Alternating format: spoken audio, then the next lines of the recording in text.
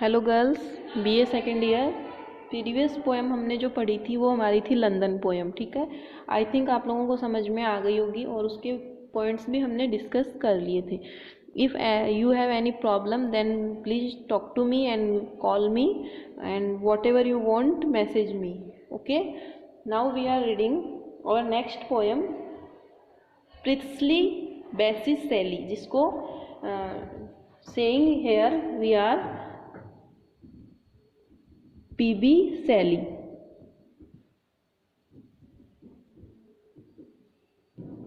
okay,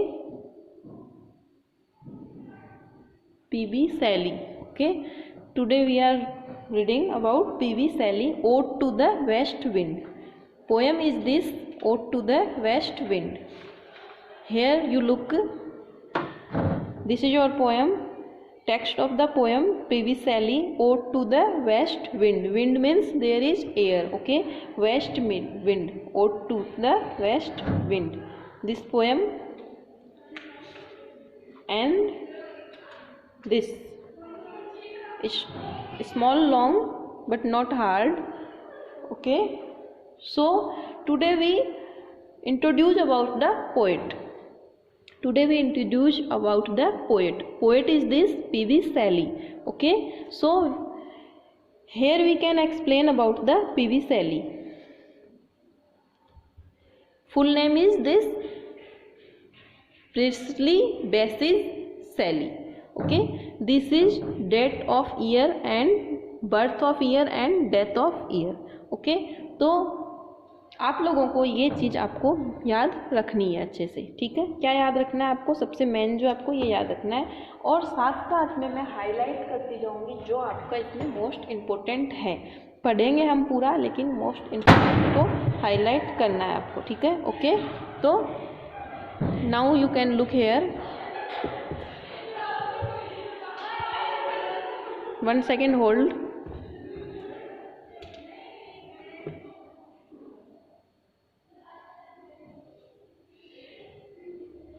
okay, introduction to the poet। okay, PB Shelley was born on August 4, 1792। PB Shelley was born on 4 August 1792। okay, तो PB Shelley का जन्म कब हुआ था? 4 अगस्त 1792 में। ठीक है, जन्म उनका हुआ था। सबसे पहले मैंने आपको हर राइटर, हर पोइट्स के बारे में जब भी मैं आपको पढ़ा रही होती हूँ तो मैं आपको सिर्फ 4 या 5 चीज़ें आपको याद करने के लिए बोलती हूँ। सबसे ज़्यादा क्या इम्पोर्टेंट होता है? उनका जन्म, सेकेंड उनकी एजुकेशन, थर्ड उनके जो वर्क्स एंड फोर्थ उनके जो होते हैं awards. Main is this 4 points। okay, so here we can know about PB Shelley was born on 4th August 1792। he was educated at Eton University College, Oxford। ठीक है, कहाँ से उनकी पढ़ाई हुई थी? Educated Eton University Oxford। Eton University College कहाँ पे है? जो Oxford. From Oxford he was sent to down 1811। ठीक है, ये आपको नहीं याद रखना है, बस इतना याद रख लेना आपको कि उनकी एजुकेशन कहाँ से हुई थी। आपको डिटेल में नहीं जाना है, क्योंकि ज़्यादा डिटेल में जाओगे तो आप कंफ्यूज हो जाओगे। ओके, तो ये आपको ध्यान में रखना है कि उनकी एजुकेशन कहाँ से हुई थी? ऑक्सफोर्ड ईटन यूनिवर्सिटी कॉलेज जो है वहाँ से, जो कि ऑक्सफोर्ड यूनिवर्सिटी का एक हिस्सा है। ठीक है, आगे हम पढ़ते हैं। From Oxford he was sent down in 1811 after calculating a pamphlet on the necessity of athleticism। in the same year he married Harriet। ठीक है, अब उनकी क्या बता रहे हैं? उसके बाद में उन्होंने अपनी पढ़ाई 1811 तक उन्होंने की, उसके बाद में वो वहाँ से निकल गए और उसी साल उन्होंने मैरिड करी हैरिट वेस्टब्रोक। ठीक है, हैरिट वेस्टब्रोक से उन्होंने शादी कर ली, लेकिन but separated from her after 3 years for a wandering life. एक बुरी तरीके का एक्सपीरियंस लाइफ में होने के बाद में उन लोगों ने अलग होने का निश्चय किया। कितने 3 साल बाद में वो लोग सेपरेट हो गए, अलग हो गए। तो ये आपको इतना कोई इम्पोर्टेंट नहीं है, लेकिन हम हाँ इंट्रोडक्शन पढ़ रहे हैं तो हमें ऑलमोस्ट पता होना चाहिए कि कैसे कैसे। Harriet drowned herself in a Serpentine in 1816, 1816 में कब हुए वो सेपरेट हो गए आपस में दोनों लोग, ठीक है। हस्बैंड वाइफ वो लोग आपस में सेपरेट हो गए, अलग अलग रहने लग गए। Then he left England in 1814 with Mary Wollstonecraft and married her in 1816। उसके बाद में उन्होंने इंग्लैंड छोड़ दिया और इंग्लैंड 1814 में उन्होंने इंग्लैंड छोड़ा। 1814 में इंग्लैंड छोड़ने के बाद में वो 1816 में दूसरी शादी करते हैं मैरी वॉलस्टोनक्राफ्ट से, ठीक है। इनसे वो उनकी दूसरी शादी होती है। तो हमें ये इतना ज़्यादा डीपली हमें नहीं जाना है, फिर भी हम पढ़ रहे हैं। सैली पब्लिश्ड एल्स्टोर इन 1816। ये आपका लिख सकते हो अलास्टर इन 1816, ये लिखते हैं। In the same year began his friendship with Lord Byron. Lord Byron जो आपके पोएट हैं इसमें आपके, उनसे उनकी दोस्ती होती है सेम ईयर, उसी टाइम पे, ठीक है। आपके जो ये है लॉर्ड ब्रायन, ठीक है, जो आपके राइटर है George Gordon Byron, Lord Byron जिनका नाम है, उनसे इनकी क्या होती है, पीवी शैली की दोस्ती इनसे होती है। दोनों ही राइटर आपकी कोर्स में है, ठीक है। तो ये आपको मैं बता रही हूँ, जस्ट नॉर्मली जनरल नॉलेज के लिए बता रही हूँ, ये इसमें इतना डीपली नहीं जाना है। इन 1818 शैली लेफ्ट फॉर इटली। 1818 में जो शैली थे उन्होंने इटली छोड़ दी। इटली छोड़ दी, उसके बाद में ही visit Byron at Venice and in the same year brought the stanzas written in dejection. ये आप लिख सकते हो, इनके वर्क के अंदर आप ये नाम डाल सकते हो, ठीक है। वर्क में ये नाम आप इनका लिख सकते हो। In 1819 the publish Peter Bell the third, ये आप लिख सकते हो इसमें, the published Peter Bell the third, ठीक है। बच्चों मैं बार बार आपको बोल रही हूँ इंग्लिश पोएट चल रहे हैं, इसलिए आप थोड़ा सा इस पे ध्यान दो अपना, क्योंकि ये थोड़े डिफ़िकल्ट है। अगर अभी नहीं समझोगे तो मिस हो जाएगा, उसके बाद में प्रॉब्लम आपको ही आएगी, मुझे नहीं आएगी। इसलिए मैं फिर से बोल रही हूँ इंग्लिश पोएट है, इसलिए थोड़ा सा ध्यान से पढ़ो इसको, अपना फोकस डालो इसके ऊपर। Stair on Wordsworth. At the end of 1819 शैली मूव टू पिसा।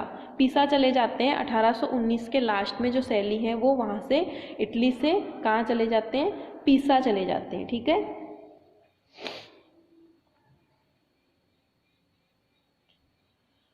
And it was now that he wrote some of his best known lyrics including the ode to the west wind। जो हम पढ़ रहे हैं वो कब लिखते हैं, वो 1819 में लिखते हैं। ode to the west wind and other is to a skylark। जो उनकी मोस्ट पॉपुलर जो थी, including this most popular poets works is this including lyrics जो उन्होंने लिखी है। लिरिक्स होती है थोड़ी बड़ी कविता जिसको बोलते हैं, उसको लिरिक्स बोलते हैं। और तो वो उन्होंने लिखी the ode to the west wind,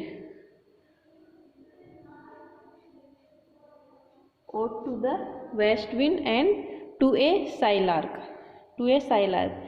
शैली was a revolutionary. He did not believe in the customs and conventions of the world. Shelley was the singer of the urban utopia। वो एक तरीके के गायक थे और उनको इन सब चीज़ों में भरोसा नहीं था, और वो क्या करते थे, वो गाया भी करते थे, सिंगर भी थे, गाने भी गाते थे, और वो पोएम्स भी गाया करते थे। यूटोपिया, अर्बन यूटोपिया के वो सिंगर थे। He was little interested in the past। His eyes were fixed intently on the future। वो थोड़ा सा उनका जो इंटरेस्ट था अपने अतीत में भी था, लेकिन उनकी जो आंखें थी वो हमेशा उनके फ्यूचर पे रहती थी कि उनको फ्यूचर में क्या करना है, आगे उनको क्या करना है। उनकी जो आइज़ थी वो हमेशा फिक्स रहती थी फ्यूचर पे। To renovate the world to bring about the golden age. Future, past और फ्यूचर को वो मिक्स करके चलते थे कि उनको क्या था कि वो सोचते थे कि पास्ट को रिनोट करना है। रिनोट मीन्स कि पुनर्निर्माण करना है पास्ट का, दुनिया को हमें फिर से बनाना है और फ्यूचर की तरफ हमें आगे जाना है, ठीक है। और golden age was his content aim, उनका जो एम था वो क्या था, the renovate the world to bring about the golden age was his content aim. O wind if winter comes can spring be far behind he says to ode to west wind. Ode to west wind इस कविता के अंदर वो बोलते हैं हवा को, जो विंड मीन्स होती है हवा, उसको बोलते हैं। Of if winter comes can spring be far behind, जब बोलते हैं कि अगर सर्दियाँ आती हैं तो क्या बसंत ऋतु ज़्यादा दूर होती है, नहीं होती है। तो वो ये कह रहे हैं इस कविता के अंदर, to this end he pours his fiercely eloquence against the kind, pride and the state conventions. All these sketches are to be swept away and a new society without class distinction and governmental machinery is to be reared upon its ruins।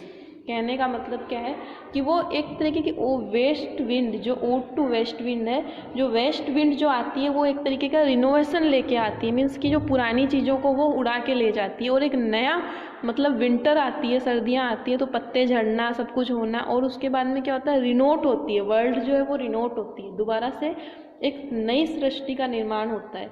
तो इस कविता में कवि ने उसी तरीके से ये चीज़ explain करी है, swept away. All this cycles are to be swept away, जिस भी तरीके की बुराइयाँ और बुरी चीज़ें हैं वो स्वेप्ट मीन्स होता है झाड़ू लगाना एक तरीके से। तो लाइक दिस की सब चीज़ें एक साथ वो चली जाएंगी। And a new society without class distinction, और एक नए समाज का निर्माण होगा जिसमें क्लास डिवाइडेशन नहीं होगा। एक वर्ग जो होते हैं, जात पात, ये सब चीज़ों का जो वर्ग डिवाइडेशन है वो उसमें नहीं होगा। There is no class, all are equal, governmental machinery is to be rear upon its ruins, और जो सरकार के द्वारा जो अत्याचार वगैरह किए जाते हैं वो सब चीज़ें क्या हो जाएगी, रिन्यूम हो जाएगी, ख़त्म हो जाएगी।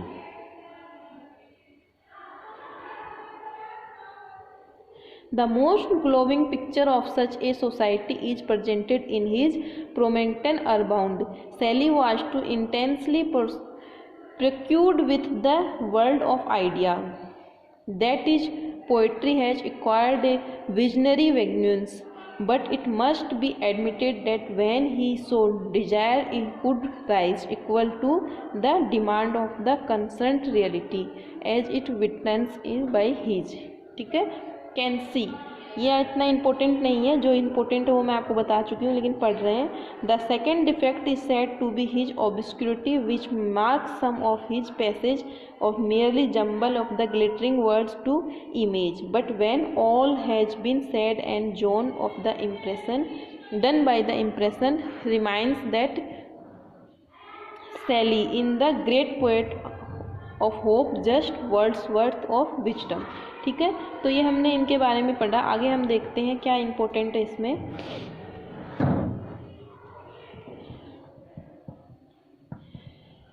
Shelley proper Sapphire is the world of spirit, world of spirit, वास्तविकता जो है उनकी कविता की जो वास्तविकता है, रियलिटी, वो क्या है, आत्मा का संसार, एक तरीके से क्या है, वर्ल्ड ऑफ स्पिरिट। ये आप लिख सकते हो, Shelley's proper Sapphire is the world of spirit. Shelley contribute a new quality of literary, a quality of ideality, freedom and spiritual and a city। क्या कह रहे हैं, शैली जो है, पीवी शैली जो है वो लिटरेचर के अंदर एक नया गुण प्रदान करना चाहते हैं, एक नई क्वालिटी लाना चाहते हैं, और वो क्वालिटी किस तरीके की है, वो है उनकी आइडियलिटी, आशावाद, फ्रीडम, स्वतंत्रता का गुण, और स्पिरिचुअल, आत्मिकता जो होती है वो लाना चाहते हैं उसके अंदर, ठीक है।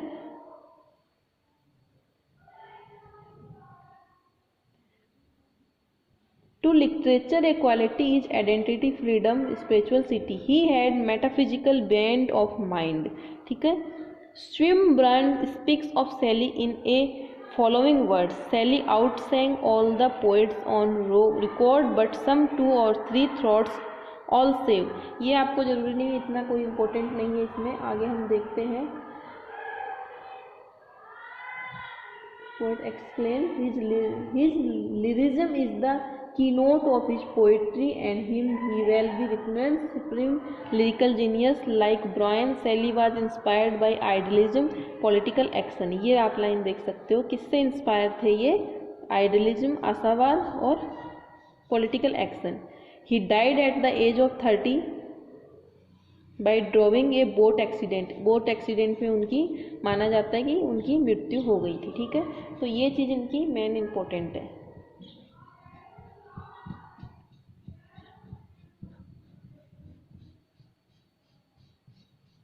ओके, तो now we can read about the PB Shelley. तो पीबी शैली का इंट्रोडक्शन में आपको क्या करना है, आपको ये सब इतना कुछ दिमाग नहीं लगाना है, आपको सीधा सीधा इनकी डेट याद रखनी है। इनका बर्न 4 अगस्त 1792, एजुकेशन है Eton of university college Oxford, and उसके बाद में published Alastor in 1816, stanza written in dejection, Peter Bell the third, the ode to west wind and to skylark, ये इनके वर्क हो जाएंगे। और उसके बाद में ये इनके बारे में लिखना है और ये इनके डेथ के बारे में लिखना है, ठीक है। तो all clear. Now introduction to the poem. अब हम पोएम का इंट्रोडक्शन भी पढ़ लेते हैं ताकि हम नेक्स्ट क्लास में हमारी पोएम जो है वो हम पढ़ेंगे अच्छे से, ठीक है। तो क्या इसमें पोएम का क्या है, इंट्रोडक्शन क्या है, मैं आपको बता रही हूँ। Ode to west wind published in 1820, perhaps the greatest of Shelley lyrics. कब हुई थी ये? 1820 में, ये याद रखना है आपको। आप यहाँ पे लिख सकते हो पोएम के पास में, ताकि आपको लर्न रहे। जब आप पोएम पढ़ रहे होते हो तो जो चीज़ें मेन होती है वो आप पोएम के जस्ट बगल में आप लिख सकते हो 1820। ओके, 1820 में पब्लिश्ड हुई थी।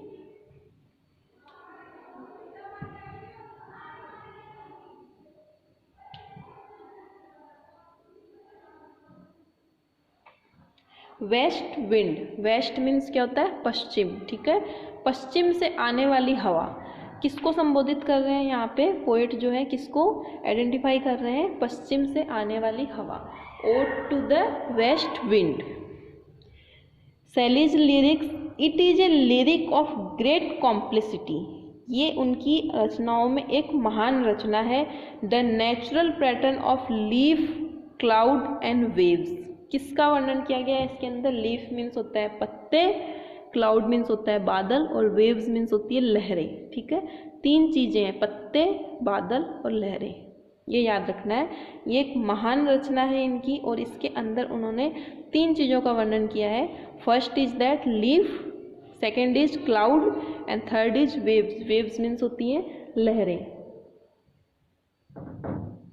Okay, developed in the first 3 stanza anticipate the poet's incantation which the unseen but deeply felt presence of the west wind। पहले के जो स्टेंजा है, 3 स्टेंजा में उन्होंने इन 3 चीज़ों का वर्णन किया है, और इन 3 चीज़ों का वर्णन करते हुए उन्होंने कहा है कि अनसीन जो हवा है वो हमें दिखाई नहीं देती है, लेकिन वो हमें डीपली फेल्ट, उसका प्रेजेंस जो है, उसका होना हमें अनुभव होता है। लाइक कि पत्ते पड़े हैं खूब सारे और हवा चलती है, और हवा चल के वो पत्ते उड़ के एक जगह से दूसरे स्थान पे चले जाते हैं, लेकिन हमें वो विंड जो, हमें वो हवा दिखाई नहीं दी, लेकिन हमने उसको महसूस किया जब पत्ते उड़ के एक स्थान से दूसरे स्थान पे गए। तो इट मीन्स कि we feel that. Okay, like कि जैसे हमें ठंड लगती है तो हम बोलते हैं ठंडी हवा चल रही है, लेकिन हवा हमें वो दिख नहीं रही, लेकिन हम उसको महसूस कर रहे हैं। तो in the same sense there is the poet says about this with the unseen but deeply felt presence of the west wind. पश्चिम की जो हवा है वो हमें दिखाई नहीं देती, लेकिन वो डीपली फेल्ट हो रही है, उसका होना हमें अनुभव हो रहा है। The individual merge with general, the poem reach its climax in the stanza 5 number का स्टेंजा जो लाइन है ये, इसमें पोएम कहाँ पहुँचती है? क्लाइमैक्स पे पहुँच जाती है, एक मतलब बहुत ही रुचिपूर्ण हो जाती है। It is one of the best lyrics of Shelley. It presents Shelley as the poet of nature. Nature means प्रकृति के समीप दिखाई जाती है। इसमें दिखाया जाता है कि शैली जो है, पीवी शैली जो है वो प्रकृति से कितने घुले हुए हैं। Singer of endless sorrow and a prompt. In the first 3 section of the poem is vividly show its activities on land. पहले के जो स्टेंजा के 3 जो स्टेंजा हैं, पहले जो पोएम के पहले जो 3 सेक्शन हैं पोएम के, इसमें हम जो पढ़ते हैं कि फर्स्ट, सेकंड एंड थर्ड, ठीक है, फर्स्ट, सेकंड एंड थर्ड। तो इसमें क्या बताया जा रहा है कि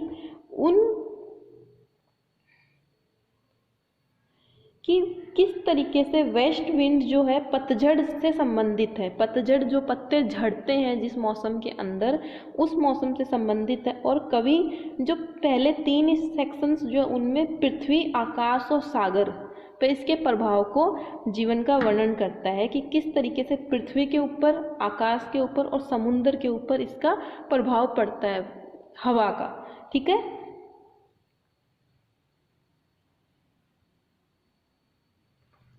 तो ये चीज इसमें बताई जा रही है। Sea sky, sea land, there is land and second is sky and third is sea. In the 4th section of the poet identifies himself with the vanquished which marks grow a new revolution.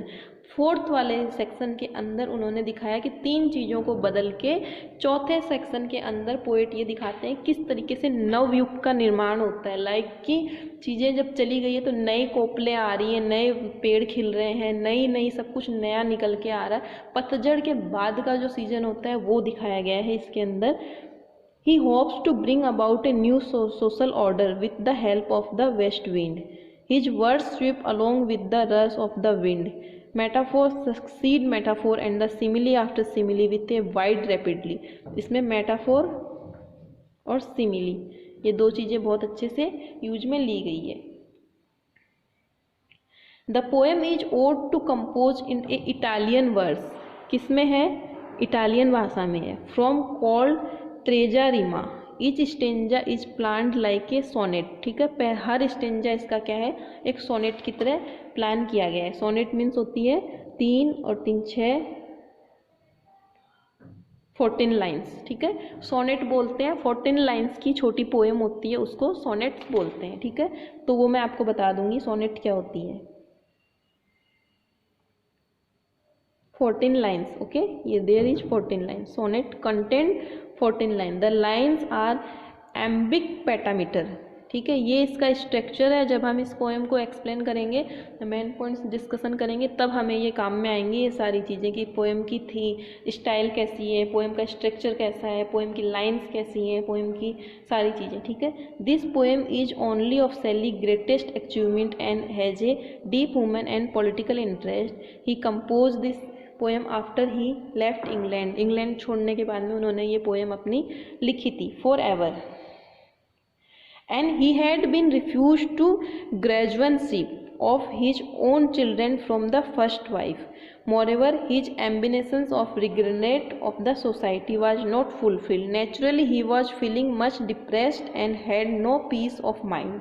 वो काफ़ी ज़्यादा depress हो जाते हैं उनके after marriage, जब उनकी destroy हो जाती है तो उसके बाद में, तो उस टाइम पे वो जब इंग्लैंड छोड़ चुके होते हैं तब वो ये पोएम लिखते हैं और उसमें उन्होंने अपनी भावनाओं को लिखा है, किस तरीके से न्यू जनरेट किया है उन्होंने। जैसे लाइफ भी एक बार क्या होती है कि ख़त्म होती है, उसके बाद में लाइफ में भी एक नया पहलू आता है। लाइक सीजन, जैसे सीजन मौसम बदलते हैं वैसे लाइफ के भी मौसम बदलते रहते हैं, तो वो चीज़ उन्होंने इसमें अपने माइंड के द्वारा लिखी है। The poem embodies his revolutionary. Revolutionary means होता है नव उदय होना, नया जन्म होना।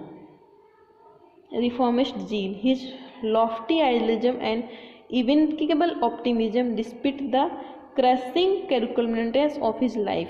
जिस तरीके से उनके जीवन में उतार चढ़ाव आए उसी तरीके से मौसम में उतार चढ़ाव आते हैं, और किस तरीके से वो एक वेस्ट विंड को संबोधित कर रहे हैं कि तुम आओगी, तुम पतझड़ को ले जाओगी और एक नया युग आएगा। लाइक सेम केस अपनी लाइफ में भी वो चीज़ फॉलो करना चाहते हैं। The west wind is symbol of force and power. ये देखो ये आ गया ना, सिंबल किस चीज़ का है, पावर और फोर्स का। The poem embrace with a vast sweep of whole universe. Sweep means होता है साफ करना। पोएम जो है एक पूरी दुनिया को साफ करने का तरीका इसमें दिखाया गया। The earth and the sky and the ocean, तीन चीज़ों से ही दुनिया बनी हुई है, धरती, आकाश और समुद्र। ठीक है। Then for a time concerning upon the poet's own personality, it's reach out the whole mankind। उसके बाद में चौथे स्टेंजा में उन्होंने ये दिखाया है कि इन तीनों चीज़ों को चेंज होने के बाद में एक नए युग का निर्माण होगा, एक नए सदी का निर्माण होगा। ठीक है। तो इस तरीके से हम नेक्स्ट में हम पढ़ेंगे, पोएम को हम पढ़ेंगे। ये आप पढ़ लेना इसको अच्छे से, ताकि आपको पोएम समझ में आए। ये हिंदी का जो है इसका, आप ये सब चीज़ें अच्छे से पढ़ लेना।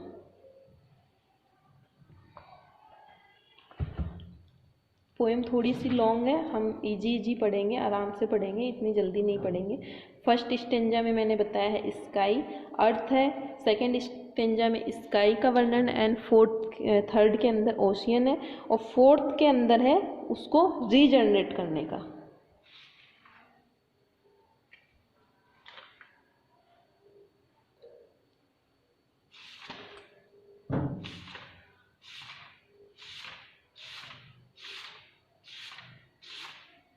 Okay.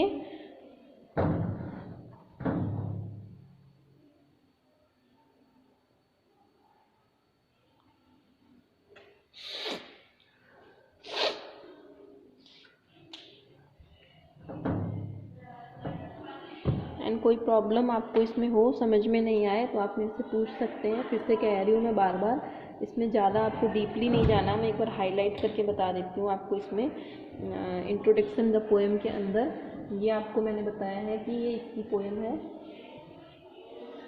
Greatest poem leaf cloud, ये लिरिकल है। The natural poem leaf cloud wave, ये है इसके अंदर। And first stanza appreciate inclination with the unseen but deeply felt presence of the west वेज। ठीक है।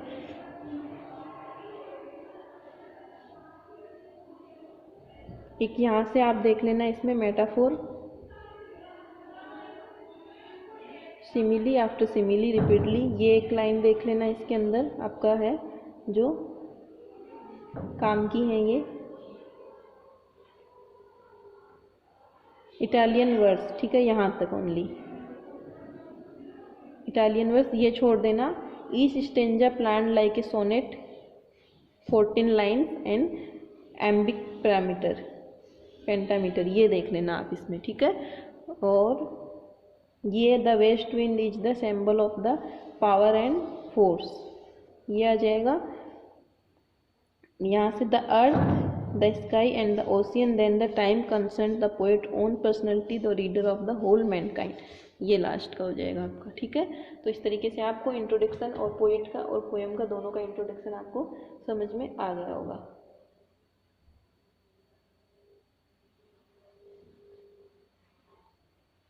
Okay, thank you, bye bye.